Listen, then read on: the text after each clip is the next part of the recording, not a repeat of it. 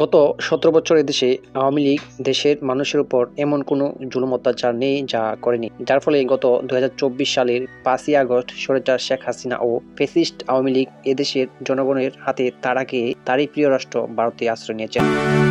কিন্তু সবচেয়ে মর্মাহত বিষয় হলো ২০২৫ সালের ৫ই আগস্টের আগ পর্যন্ত জুলাই আগস্টে বাংলাদেশের অসংখ্য ছাত্র ছাত্রী সহ সাধারণ জনগণকে জীবন দিতে হচ্ছে স্বৈরাচার ও ফ্যাসিস্ট আওয়ামী লীগের নেতাকর্মী ও পুলিশ সদস্যদের হাতে, যা প্রায় মৃতদের সংখ্যা ২,০০০-এর মতো আর আহত প্রায় ২০,০০০-এর অধিক। কিন্তু আওয়ামী লীগ মুক্ত বাংলাদেশে ১ বছর যেতে না যেতেই আবার আওয়ামী লীগকে পুনর্বাসন ও সামনে নির্বাচনের সুযোগ দেওয়ার জন্য কয়েকটি পক্ষ উঠে পড়ে লেগেছে। এবং সর্বশেষ বিএনপি নেতা মির্জা ফখরুল ইসলাম আলমগীর সাহেব ভারতের একটি মিডিয়ায় তিনি বলেছেন যে আওয়ামী লীগ ও জাতীয় পার্টিকে নির্বাচনে অংশগ্রহণ করতে দেওয়া উচিত। আর এ নিয়ে এই কয়েকদিন ধরে রাজনীতিতে বেশ উত্তপ্ত।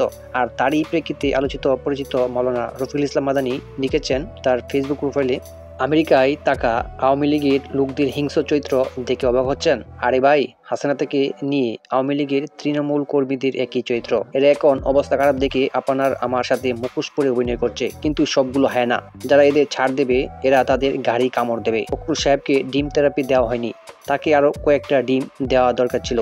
কিভাবে ভারতের কথায় আওয়ামী লীগের পুনর্বাসন চান, এই লোকটার শিক্ষা হওয়া উচিত। আর অবশ্যই দেশের সমস্ত জনগণকে এদের বিরুদ্ধে শক্ত অবস্থান নেওয়া উচিত।